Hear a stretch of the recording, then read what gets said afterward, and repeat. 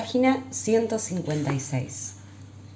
Sin embargo, el objetivo había sido logrado y mi hija, la hija de Néstor Kirchner, cuando asumió como presidente en 2003, ya había declarado más de 4 millones de dólares en certificados a plazo fijo, que el diario La Nación nos había reconocido como una familia de fortuna, producto de un exitoso estudio jurídico, tal cual lo definieron en letra de molde. Nuestra hija, que era, junto a su hermano, heredera forzosa de todos los bienes de su padre, fue estigmatizada como si hubiera cometido un delito. No tengo ninguna duda, hay premeditación y planificación para la difamación que pivotean sobre una obsesión, la estigmatización de los dirigentes populares. Si se mira la historia de casi todas las dirigencias populares, se puede encontrar el mismo mecanismo de manipulación y falsificación de los datos. Un caso paradigmático en la historia argentina ocurrió con las denuncias sobre las supuestas fabulosas cuentas que tenían Evita y Perón en Suiza. La historia puede manipularse, pero no esconderse. Se demostró que a Perón, con su exilio, tanto en Centroamérica como después en Madrid, lo mantuvieron gobiernos o empresarios amigos como Jorge Antonio. Imposible no recordar que cuando se produjo el macabro robo de las manos de Perón en el cementerio de Chacarita, en junio del 87, no fui la única que escuchó decir que habían cometido una barbarie porque él tenía puesto un anillo donde se hallaba oculto el número de una cuenta en Suiza. Si esta teoría demencial fuera cierta, su viuda, Isabel Perón, ¿le hubiera dejado el anillo cuando lo sepultó? La verdad, cuando uno escribe algunas cosas que escucha, se puede observar la dimensión de la difamación sin límites. El otro día me contaron que en una obra de teatro sobre Evita, el autor describía al personaje de la madre de Eva como una mujer obsesionada, que le rogaba a su hija en su lecho de muerte que por favor le dijera cuál era el número de la cuenta en Suiza, donde supuestamente tenían las joyas y la fortuna que se habrían robado ella y Perón. Sí, así como se lee. Dios mío, cuánta perversidad. En esta línea de distorsión de la realidad, los medios hegemónicos, ahora oficialistas en la era Macri, instalaron un latiguillo que muchos repiten sin ton ni son, como los loros ebrios. Se robaron un PBI, dicen de nuestro gobierno. Ahora bien, ¿qué quiere decir se robaron un PBI? Primera pregunta, ¿qué PBI? El que había cuando llegó Néstor Kirchner a la presidencia en 2003, que eran 10.000 millones de dólares, o los más de 500.000 millones de dólares que dejé yo cuando terminé con mis 2 periodos presidenciales. O el PBI de Macri, que a fines del 2018 ya era reducido a 376.000 millones de dólares. Quienes repiten este latiguillo pueden ser de clase baja, media o alta, pero la mayoría no sabe lo que es un PBI. ¿Alguien podría tener dimensión de lo que son los 500.000 millones de dólares todos juntos? La verdad es que, promediando el 2018, los datos que hay comprobados, es que una similar y enorme cantidad de dinero pertenecía a varias decenas de miles de argentinos, quienes además en su mayoría los tendrían depositados en cuentas offshore. Jorge Gaguero, especialista en temas tributarios, señaló que en el mundo de las empresas offshore habría unos 500.000 millones en manos de residentes y empresas argentinas, y que solo el 5% de esa enorme masa de dinero provendría de la corrupción política.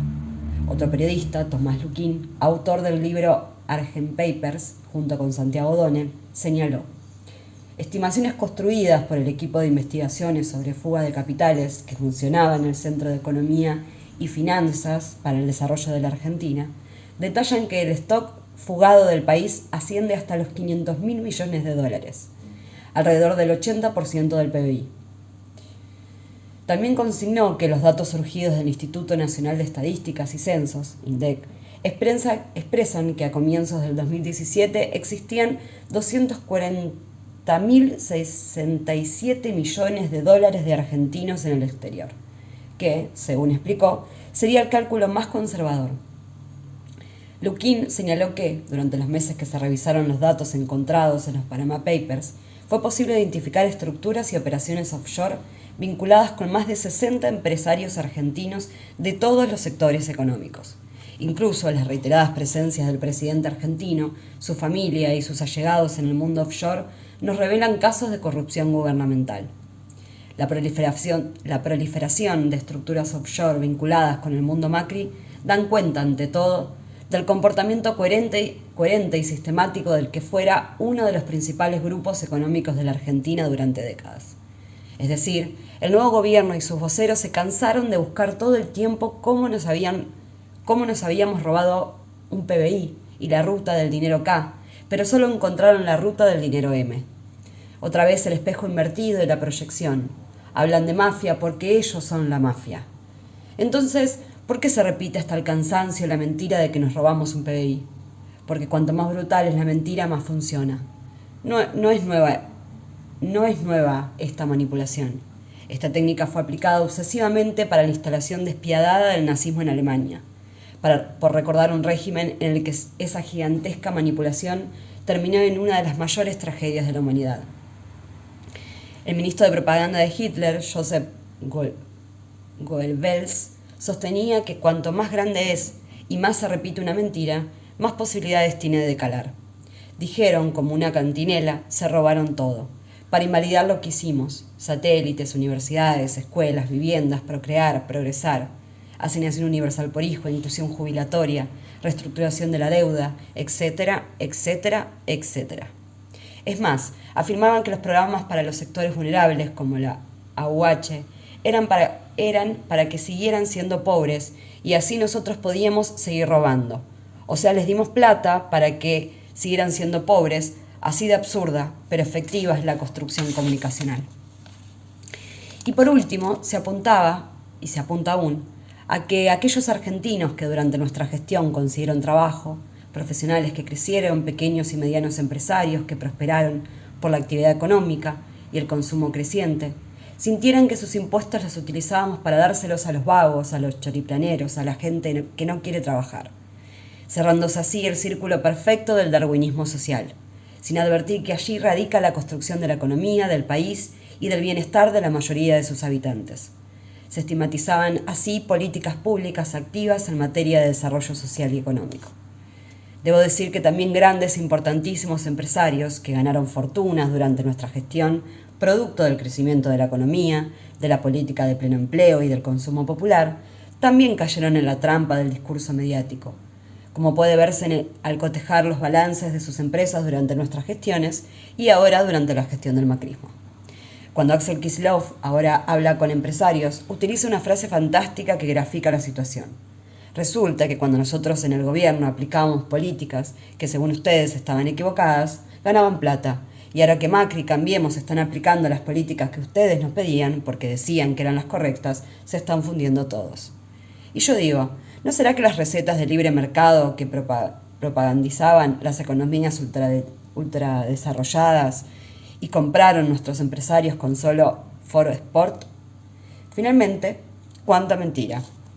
Ríos de tinta, docenas de horas de televisión por día, de shows mediáticos que movilizaron a jueces, fiscales y fuerzas de seguridad en busca de bodegas, cajas fuertes y cajas bancarias ubicadas en Santa Cruz, en Nevada, en Seychelles, en todo y cada uno de los posibles reductos donde supuestamente se guardaban miles de millones de dólares y euros de la mediática corrupción K. Y en verdad escondían la estafa y corrupción de los perseguidores. Es que el verdadero objetivo nunca es la verdad.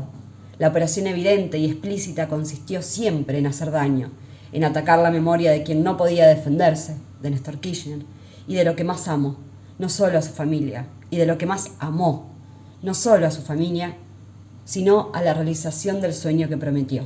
Y yo juré continuar, de tener un país más justo y libre en el que valiera la pena vivir.